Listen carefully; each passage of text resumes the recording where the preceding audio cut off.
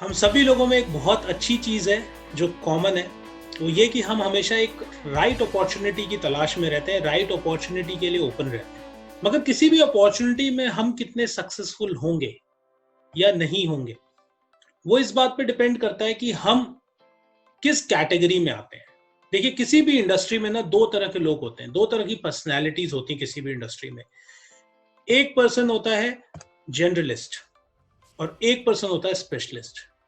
Generalist वो person होता है जो वो काम करता है ना, वो देखता है कि उसके आसपास भी बहुत सारे लोग वही सेम काम कर रहे हैं। तो वहां पे कंपटीशन बहुत ज्यादा होता है क्योंकि उसके जैसा काम बहुत सारे लोग कर रहे हैं। और ऑब्वियसली जब कंपटीशन ज्यादा है तो पैसे ज्यादा नहीं बना पाता वो। दूसरा पर्सन होता है स्पेशलिस्ट।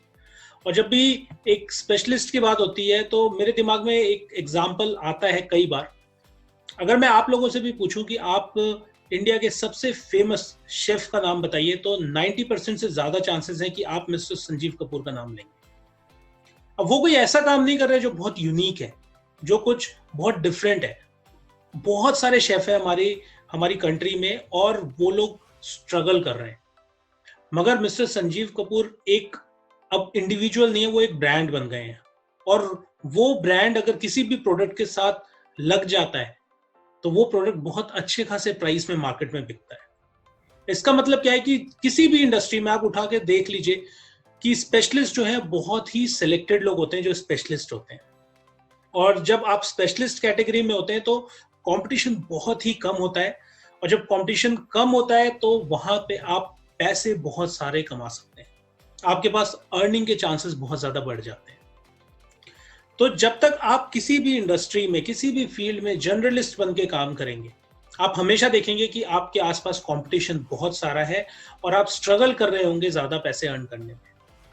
तो आपको अपने आप को हमेशा एक स्पेशलिस्ट कैटेगरी में डालने की कोशिश करनी है, आप चाहे किसी भी अपॉर्चुनिटी में काम कर रहे हैं। अब स्पेशलिस्ट कैटेगरी में आने का सबसे बेस्ट तरीका क्या होता है कि आप हमेशा वो चीजें करें जो आपकी स्ट्रेंथ है। अब आपकी स्ट्रेंथ क्या है ये बताने के लिए सबसे बेटर पर्सन अगर कोई है तो वो आप खुद। आपको ऐसी चीजें आइडेंटिफाई करनी है जो जिन चीजों में आप अच्छे हैं, जिन चीजों को आप करना पसंद करते हैं। और अगर आपको मौका मिले तो आप अपना समय इन्वेस्ट करके उसमें और ज्यादा इंप्रूवमेंट लाने में भी आप एग्री करते हो। तो ऐसी कोई भी चीज जो आपको करने में मजा आता है, जो आपको करना अच्छा लगता है, जो आपको लगता है कि हाँ ये काम मैं बहुत अच्छे से करता हूँ, और अगर आपको मौका मिले और आप उसमें समय लगा के उसमें और ज्यादा इंप्रूवमेंट भी लाना चाहें, वो हर चीज आपकी स्ट्रेंथ है।